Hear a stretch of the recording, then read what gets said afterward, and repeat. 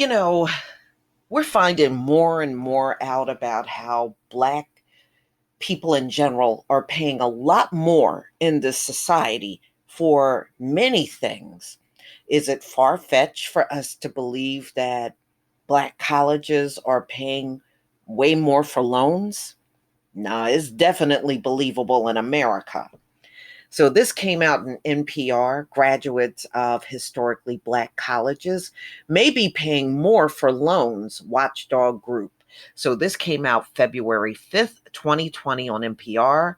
And I'm going to go ahead and play this 3-minute audio.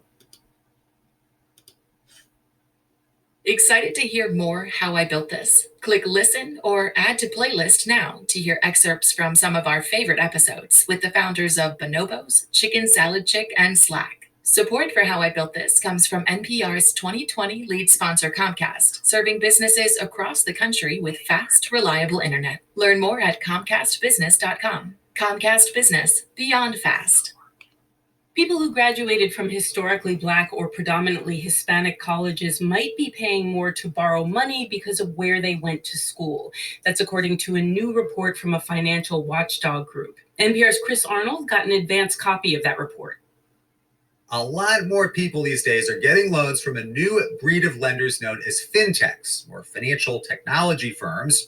And some of these lenders factor in where you went to college. It really raised some alarm flags. Kat Welbeck is the civil rights counsel at the nonprofit Student Borrower Protection Center.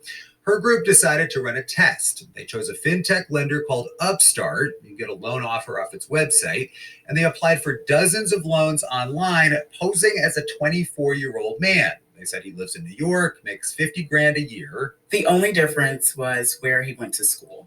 They applied as if he went to NYU in New York, a bunch of other schools, and Howard University, one of the most famous historically Black colleges and universities in this country. And we looked at what would a borrower from Howard, what would they see if they applied for this type of loan? And then they compared, and they found that if you went to NYU versus Howard for a $30,000 personal loan with a 5-year term, they found you'd pay about $3,500 more in interest and fees if you went to Howard, a historically Black college. There's no other difference between these two borrowers other than the fact that one attended NYU and one attended Howard. The group found you'd also pay more if you went to New Mexico State, which has a high percentage of Hispanic students. In a new report called Educational Redlining, the group says lenders may be discriminating based on what college you attended.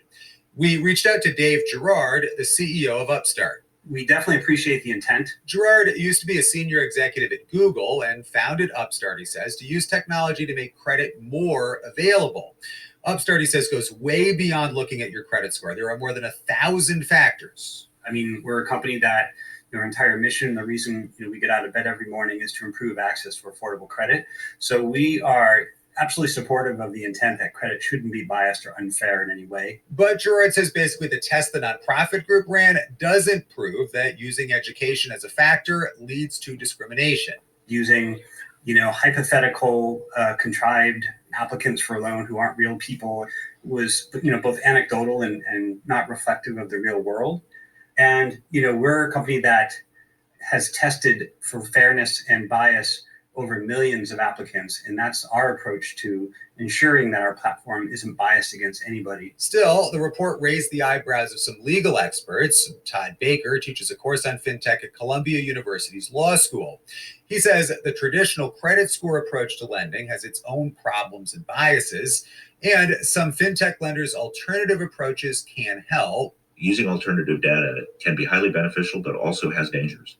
And we need to be very vigilant that we don't recreate some of the problematic practices of the past unintentionally. Advocates are increasingly worried that casting such a wide net for data to make decisions introduces biases in new and different ways.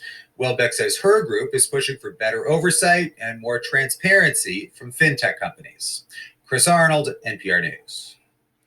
And now more from NPR. Sounds like the usual racism to me. So if you go to an HBCU and somebody goes to NYU, the example they were giving, you pay $3,500 more. You know, you got to look at who's running the firm. That pretty much should answer your question right there. You know, attorneys really should be able to beat this one in a court of law very easily. You know, based on location, you have to pay more money. That's garbage. That's complete garbage. So, ladies and gentlemen, you know, these folks are calling themselves a new breed of lenders. It sounds look like the old same racism that we see all the time. You know, just go down here. You know,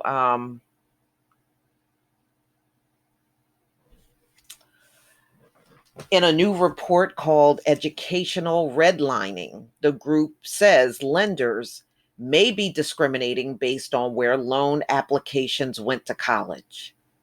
Why should somebody be penalized for that? I mean, seriously, what would be the reason for discriminating against someone based on the college they attended? You know, and why would you look to penalize people for that reason? For its part, Upstart seems to welcome the vigilance. And, you know, I don't know. I don't see how you can talk this up, ladies and gentlemen. I really think the students that are paying $3,500 more need to challenge this in court.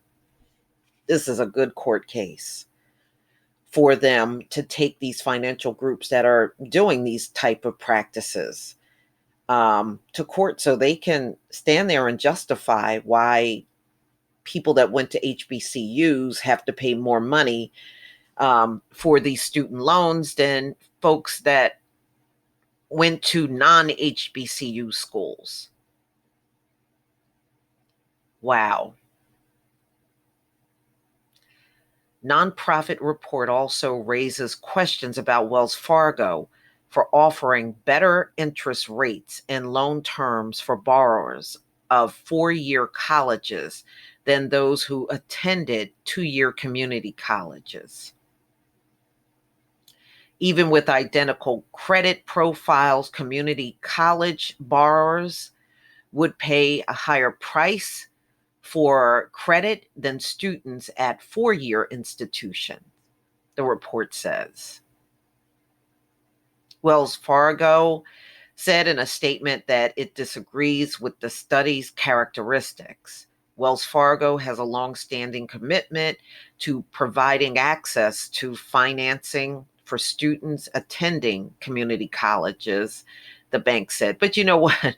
Wells Fargo really got all kinds of problems. You know, let's start with your employees calling the police on Black people. You know, work on that, Wells Fargo. But please tell me what you think, ladies and gentlemen. You know, although I'm not surprised, I do feel for these young people today because when it comes down to student loans, it is ridiculous to get all of this education and you automatically end up in debt because of the astronomical cost of going to college in America. And at the end of the day, you're just being lied to at a higher institution in America. Really, that's all you're doing. But please tell me what you think. Please leave your comment and subscribe. Don't forget to hit on the notification bell, and I'll see you on the next video. Peace, family.